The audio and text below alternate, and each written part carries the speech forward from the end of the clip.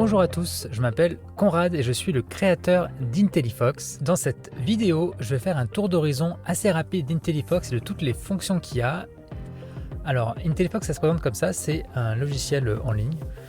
Quand on arrive, on a un assistant de démarrage qui permet de connecter son compte Amazon Seller Central à IntelliFox et l'ensemble des produits sont importés. Parce qu'après, on va se retrouver avec 4 fonctions principales, à savoir l'optimisation des produits, le suivi des ventes, la demande des commentaires automatiques et des alertes autour de ces ventes et des commentaires. Ce que je vais faire maintenant, c'est montrer en profondeur ce qui se passe dans chacune de ces fonctions de manière à avoir un aperçu complet. L'optimisation des produits, ça a été le point de départ d'IntelliFox. Ça a été de se dire comment on peut faire pour avoir un outil qui permet de faire tous les aspects d'une fiche produit de manière à maximiser l'impact en termes de référencement naturel, d'aspect visuel et de prix. Donc c'est ce qu'on retrouve dans l'optimisation des produits. On retrouve la liste de tous ces produits, mais on peut aussi créer des produits brouillons. Ils n'ont pas forcément besoin d'être liés à Amazon. Alors, ce qui se passe quand on arrive sur un produit, donc là je vais prendre par exemple ces chips protéinés, qui est un produit que je fais et qui sont actuellement en vente. On se retrouve avec un éditeur qui est complètement visuel, où on va voir en permanence le résultat qu'on va obtenir. Et donc, on va être après guidé au travers d'un process pour l'optimisation du produit. C'est un process qui a été éprouvé, qui a été testé par des centaines d'utilisateurs, parce que le jour où je fais cette vidéo, il y a actuellement 352 utilisateurs d'IntelliFox qui payent donc pour utiliser IntelliFox chaque mois. Ce process, il est mis en avant au départ, et le but, ça va être de bien penser à tous les aspects qui composent une fiche produit, en commençant par les mots-clés et les concurrents. On verra pourquoi dans un second temps, pourquoi il y a la notion de concurrent qui est importante ici, mais aussi l'optimisation des textes et du référencement naturel. Et ensuite, l'optimisation des images, pour bien respecter à la fois les codes Amazon en termes de première image, par exemple, sur fond blanc, mais aussi de permettre de mettre en avant différents aspects du produit, et de bien penser à le faire dans cette démarche-là. On verra ensuite la calculatrice de prix et tout ce travail qui est fait dans IntelliFox. À la fin, il suffit de cliquer sur un bouton publier pour voir le résultat sur Amazon dans le Seller Central et de voir la fiche produit à jour. Même si Amazon met un certain temps pour mettre à jour les fiches produits, mais ça c'est un autre sujet. Donc ce process 1, 2, 3, 4, 5, 6, il est très simple. On commence par la requête cible. Ça, c'est donc il y a du texte qui explique vraiment à l'utilisateur comment faire les choses. Donc c'est un outil qui peut être à la fois utilisé par des entrepreneurs individuels, mais aussi par des employés ou des sous-traitants qui n'ont qu'à suivre le process du début à la fin pour travailler sur le produit. On démarre avec la requête cible. Donc c'est vraiment très simple. Quelle est la recherche que tu ferais dans Amazon.fr pour trouver ton produit? Donc ça, ces chips protéinés, moi je taperais dans Amazon.fr chips protéinés. Et là, on va aller à l'étape suivante en cliquant sur le bouton jaune, mais on peut directement voir sur Amazon ce qui se passerait avec ce résultat. On verra quel produit, et oh, comme par hasard, Amazon Choice, mon produit à moi. Juste ici. Voilà. C'est pas une blague, hein, ça c'est le produit que je vends, on peut aller voir. Ici, vendu par Codigi, expédié par Amazon. Codigi, entreprise privée, qui est donc l'entreprise qui fait IntelliFox, c'est mon entreprise à moi. J'arrête ma digression. Ici, je tape le mot-clé de la requête principale et ensuite, il suffit de cliquer sur enregistrer et passer à l'étape suivante. Et là, ce qui se passe, c'est que IntelliFox va aller chercher automatiquement la concurrence qui se positionne sur ces mots-clés. Donc, il se peut que je retrouve mon propre produit, mais ça, c'est un détail. Donc, tous les concurrents qu'il va y avoir, mais aussi tous les mots-clés qui amènent à ces résultats.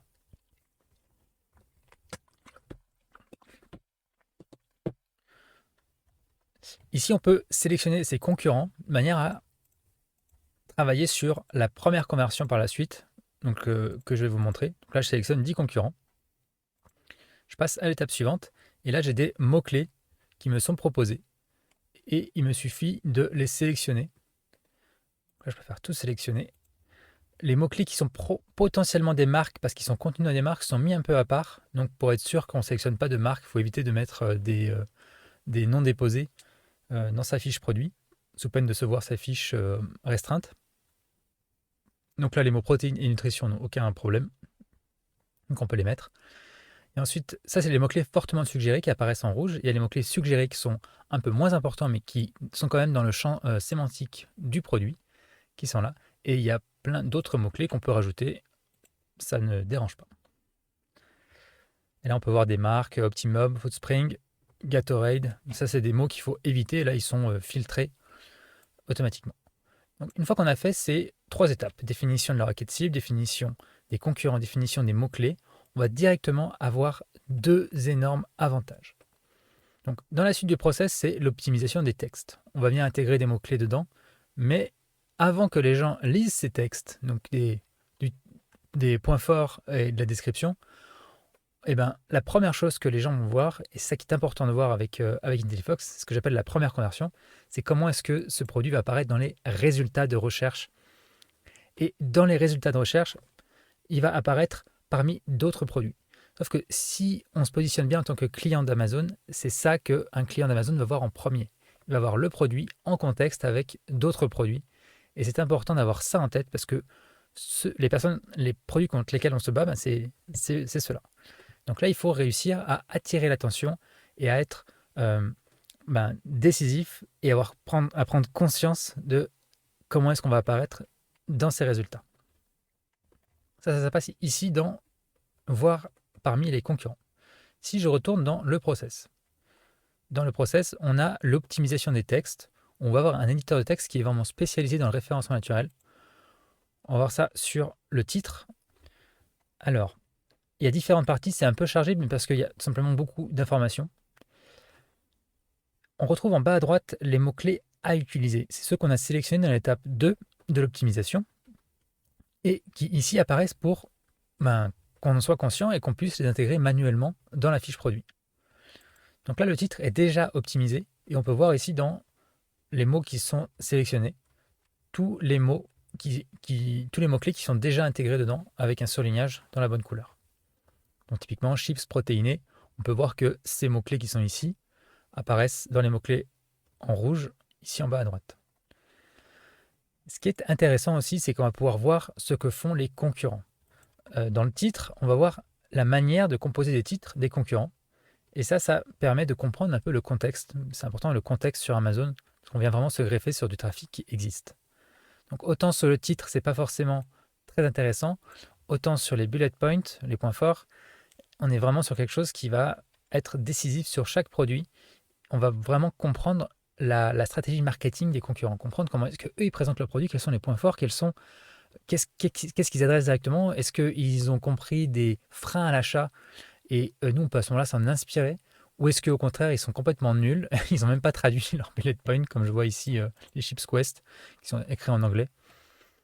Voilà, donc ça c'est vraiment des sources d'inspiration. Et on peut aussi aller voir directement le produit sur Amazon. Tiens, pourquoi ceux-là n'ont pas de bullet point? On peut voir sur Amazon, on comprend. Et c'est donc un produit qui n'a pas de bullet point, tout simplement. Voilà, là on peut voir un produit différent avec beaucoup de texte.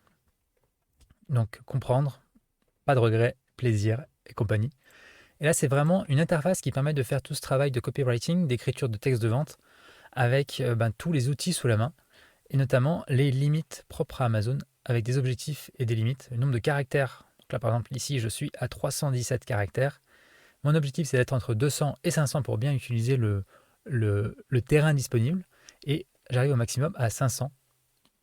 Et au bout de 500 ça coupera. Dans les points forts, on peut mettre des emojis. Et donc simplement, il y a ici des emojis disponibles qui marchent sur Amazon. Et ça permet d'égayer une fiche produit. C'est plutôt sympathique. Je continue du coup sur l'optimisation. Si je retourne dans démarrer ici, je vais me retrouver avec l'étape 3. Une fois que j'ai terminé mon travail, je peux cliquer sur marquer comme terminé. Et après, j'ai une checklist créative pour les images. Et donc, je vais arriver à l'éditeur d'images. Ça, c'est vraiment pour montrer les différents aspects auxquels il faut penser quand on crée ces images. Donc, pour modifier les images, on a plusieurs choix pour y arriver. Soit on part depuis ici la prévisualisation de l'image. On a un bouton éditer les images qui emmène à toutes ces images. Là, j'ai des variations qui sont un peu Pour la démonstration, elles ne sont pas parfaites. Mais je vais travailler un peu juste les variations pour les mettre un peu plus propres. Imaginons qu'on a deux goûts. On a un goût bacon et un goût poulet. Pas un goût carotte, c'est bizarre. Voilà, on a un goût bacon et un goût poulet. Je mets des faux asines, voilà. Ici, donc j'ai deux variations, bacon, poulet. Et pour éditer les images, soit je clique sur éditer les images et ça m'emmène en bas dans le menu d'édition des images, où là on peut directement voir les images qu'il y a et changer l'ordre si on veut. Avant, on ne pouvait pas du tout changer l'ordre des images sur le serveur central. Maintenant, on peut, mais c'est toujours impossible de le faire sur toutes ces variations d'un coup. Donc, dès qu'on a des variations, on ne peut pas le faire. Il faut le faire sur chaque variation une et une. Et pour modifier une image, il suffit de cliquer sur l'image. On accède alors à l'éditeur d'images. On se retrouve avec une interface qui est complètement dédiée au e-commerce sur Amazon, avec sur la gauche les 9 images d'Amazon, avec les 7 premières qui sont directement intégrées dans la fiche produit et les 2 supplémentaires qui apparaissent uniquement quand on va aller plus loin dans le produit, avec des outils vraiment dédiés au e-commerce. On a donc déjà un ensemble de tutoriels qui permet d'expliquer comment l'éditeur d'images fonctionne, ce qui est important. On a des modèles qui permettent de facilement et très rapidement construire une fiche produit, montrer des points forts, montrer des promotions, montrer des caractéristiques, montrer aussi des commentaires. Il suffit de cliquer et le design se met à jour. Il n'y a plus qu'après à remplir la note et le contenu et tous les éléments. Il y a aussi toute une logique autour de la gestion des photos du produit, et notamment quand on a des variations, parfois c'est un peu compliqué de gérer ça. Et donc au lieu de gérer des fichiers sur son PC, on gère des photos qui sont directement exploitables dans sa fiche produit. Alors au début, ça va importer toutes les photos qu'il y a depuis Amazon, mais on peut construire sa fiche produit aussi depuis IntelliFox et ajouter ces photos au bon endroit, ce qui fait qu'après elles sont disponibles quand on est dans le produit en question. Voilà, une des fonctions disponibles, c'est le détourage automatique. Par exemple, si je prends cette photo de mes chips avec une main qui prend une chips et que je veux la mettre sur le fond qu'il y a derrière, donc enlever le fond blanc, j'ai l'opération ici rendre transparent qui est disponible en un clic, qui me permet d'avoir un résultat qui est parfait en quelques instants.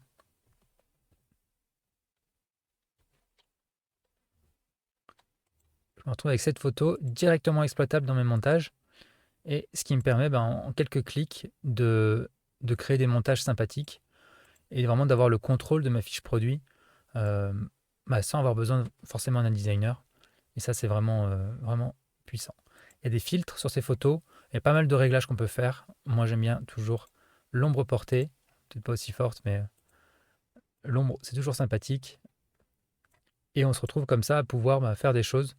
On a tout ce dont on a besoin, donc des modèles, la gestion des photos des produits.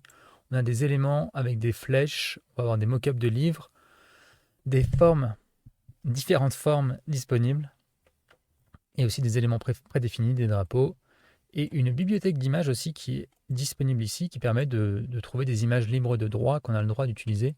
Par exemple, si je recherche, je sais pas moi, baguette béret, parce que c'est une recherche un peu trop nichée, bon, il y a des choses, mais un béret, je me retrouve avec des images qui me permettent d'enrichir ma fiche produit très, très facilement.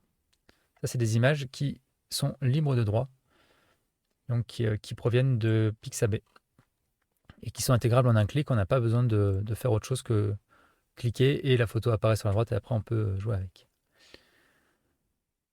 Voilà, c'est à peu près tout au niveau de l'éditeur d'images. Tout ce que je voulais vous présenter. Maintenant, si je reviens en arrière, que je reprends le process d'optimisation, j'ai fini d'optimiser mes images. Alors je peux cocher aussi ces cases pour noter que je l'ai fait, marquer comme terminé. Et là, je me retrouve sur l'étape suivante, qui est l'optimisation du prix. Dans l'optimisation du prix, il y a une calculatrice intégrée qui permet d'avoir des différents niveaux de marge. Donc on travaille sur le prix ici avec les attributs assez classiques sur Amazon, avec le prix normal, et on peut mettre en place des prix réduits avec des dates. Et on a aussi le MSRP, le prix de vente suggéré par le fabricant, qui peut être gérée à cet endroit-là et qui permet d'obtenir le fameux prix barré sur Amazon. La calculatrice de marge, elle va prendre en entrée les différents coûts d'un produit avec tout ce qu'on peut imaginer comme coût et ce qui est propre à son activité. Donc le prix d'achat est quand même quelque chose qui est assez commun à pas mal de produits. Et après, derrière, on peut avoir le prix du transport, de l'opération, poser des étiquettes, toutes les opérations qui sont fixes.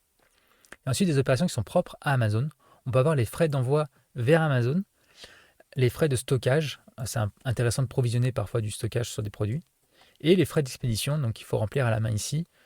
Typiquement pour ces chips-là, je crois que c'est 5,30 € actuellement envoyé. Ce produit, alors celui que je vends actuellement, je crois qu'il m'a coûté en frais, je crois qu'actuellement je suis à 12 ou quelque chose comme ça. Bon, je fais pas autant de marge, donc ça doit pas être les bons chiffres, mais juste pour la démonstration. Voilà, là j'ai un produit. Parfait. J'ai un produit donc, avec un prix d'achat de 12 €, avec des frais d'expédition de 5,30 €, une commission Amazon de 15,45 € et une TVA à 20%. Moi, je suis en société, c'est pas la bonne TVA. 5,5, voilà, TVA 5,5. Et je vais me retrouver après sur la droite avec un tableau synthétique et un graphique qui me permet vraiment de visualiser mon prix et les différents prix possibles. Donc à mon prix actuel, on peut voir directement mon prix TTC, le prix hors taxe, la marge que je dégage face au coût que j'ai exprimé et mon pourcentage de marge par rapport à mon prix de vente. Ce qui est aussi intéressant, c'est qu'on voit des simulations du prix de 0 à 50% de marge. 0% de marge, c'est ce que j'appelle le prix plancher. C'est le prix en dessous duquel on n'a pas le droit de vendre. Donc c'est celui qui, on sait que voilà, si je vends mon produit 21,81 €, je suis au prix plancher et je ne peux pas le vendre moins cher que ça. Et ça permet aussi de provisionner du budget pour la pub au prix supérieur au travers des différents prix disponibles. Et il y a l'objectif commun en général en e-commerce, on va dire d'avoir une marge de 30% quand on fait du private label, qui est mis en exergue ici pour comprendre, voilà, avoir un objectif de 30%, ça veut dire vendre ce produit 33,99 €. On peut voir les calculs intermédiaires, de manière à comprendre comment est-ce que le calcul est réalisé. Mais en gros, c'est toujours la même chose, c'est les coûts fixes, on peut voir l'action de 17,30 €, auquel on soustrait les coûts variables, qui sont l'application de la commission Amazon, simplement. Et on se retrouve avec des coûts fixes plus commission Amazon, qu'on soustrait au prix hors taxe, et on se retrouve avec la marge. Et on peut aussi voir le ROI, qui est une valeur différente de la marge, qui va un peu dans le même sens, qui est un pourcentage, et c'est comment est-ce qu'on fait fructifier son investissement initial. Ça prend en compte uniquement les prix fixes, les prix d'achat du produit, d'acheminement jusqu'aux entrepôts Amazon, mais pas les prix d'expédition vers le client. Et ce calcul, il veut dire que si jamais j'achète 100 € de stock et que j'arrive à vendre ces 100 € de stock, voilà combien d'euros je fais fructifier mon investissement. Donc si j'investis 100 € et que j'arrive à vendre ça actuellement à ce prix, à mon prix actuel, je vais récupérer mes 100 € et gagner 47,50 € supplémentaires. C'est ça que ça représente, un ROI de 47,5%. Voilà, cette calculatrice est aussi disponible pour les autres profils d'entreprise type auto-entrepreneur, où là on va réussir à analyser la marge après les taxes de l'URSSAF, après l'application du taux de cotisation et des CFP et des autres taxes frais de chambre, mais aussi la TVA qui est appliquée sur les frais Amazon, parce que les auto-entrepreneurs payent les frais sur l'expédition et payent les frais aussi sur la commission Amazon, et ça fait la différence. Alors dans différents domaines, on peut avoir différentes TVA, c'est pour ça que ici, je laisse le champ disponible. Et si je retourne du coup sur le process, on arrive à l'étape 6 qui est la publication. Donc à tout moment, on se retrouve avec le bouton qui est tout en haut, qui permet de publier le résultat vers Amazon. Et donc par défaut, ça c'est coché, il y a juste à cliquer sur un bouton, mais on peut aussi décider ce qu'on veut publier. Les textes, les images et les prix, qui sont en fait chez Amazon 3 flux différents, avec un truc un peu étrange qui est que le prix ici conseillé par le fabricant est dans le flux texte, mais ça c'est un détail. Mais voilà, on peut vraiment sélectionner un élément à publier. Si on veut publier que une image, on peut sélectionner juste l'image qu'on veut publier, lancer la publication, et on n'a rien d'autre à faire. On va faire maintenant un tour d'horizon des fonctionnalités de suivi des ventes et demande de commentaires automatiques et des alertes. Le suivi des ventes, c'est une fonctionnalité qui est encore en pleine évolution, mais qui aujourd'hui permet de suivre les ventes sur toutes les marketplaces où le vendeur a des ventes.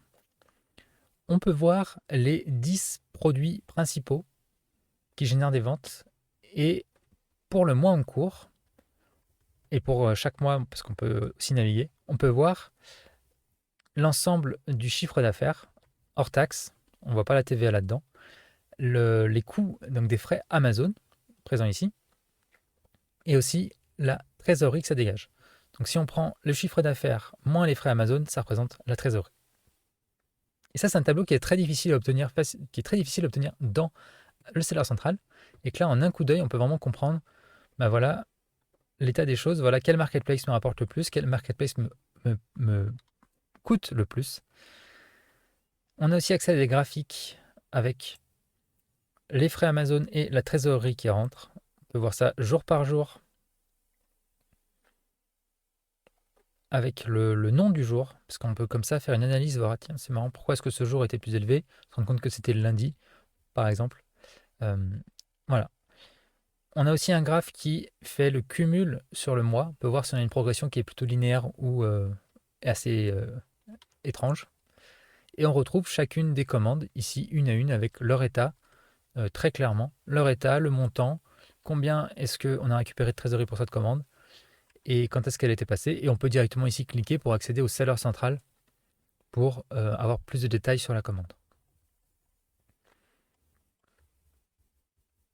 Avec la vue liste, on retrouve plus d'informations. Ici, donc le petit bouton est mine de rien assez intéressant, puisqu'on retrouve les taux de retour avec une moyenne globale.